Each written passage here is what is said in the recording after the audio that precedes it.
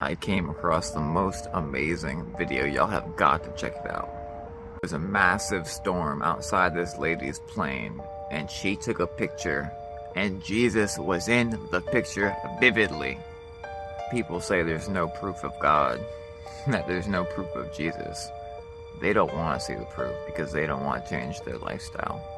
Channel's tag is on the video. I have watched them for years. This is an amazing channel. I highly suggest you follow them.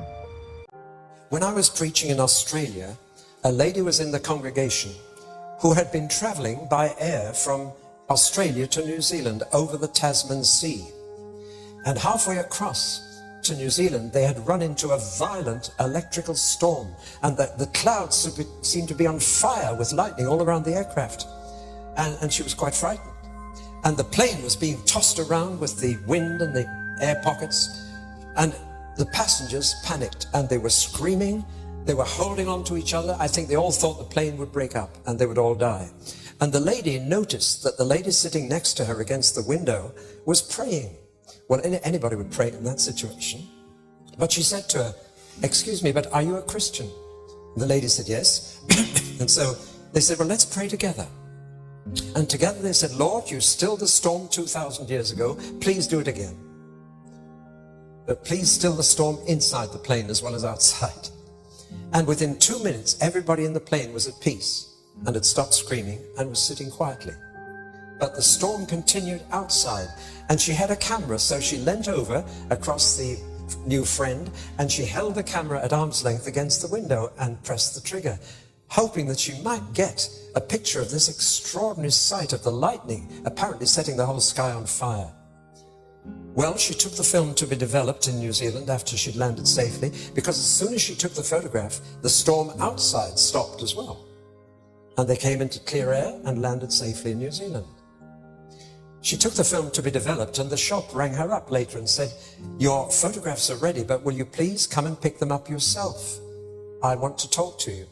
And when she went to collect the photograph, she said, "Why do you want to talk to me?" And the photographer said, "Where did you get this photograph?" And she told how she'd held the camera against the window of the plane and how the storm had stopped as soon as she took the photograph. And the photographer and his family all became Christians that afternoon. It was originally a color photograph. I've only managed to get it on black and white in this transparency, but this was how the photograph turned out.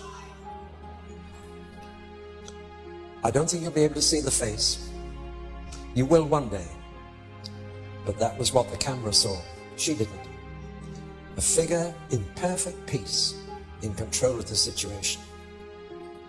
I have only once in my life had the sheer privilege of having a vision of Jesus. I saw him. I can't describe his face to this day.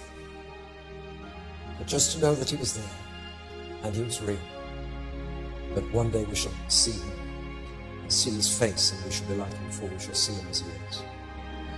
Well, John had that vision, but it was frightening. I told you last night. He fell in a dead faint, and a well-known voice said, "Don't be afraid. I was dead, and now I am alive forevermore." You know of every other great world leader, every other founder of a religion, you have to say they were alive, and they are now dead forevermore. Only of Jesus can you say he was dead and is alive forevermore.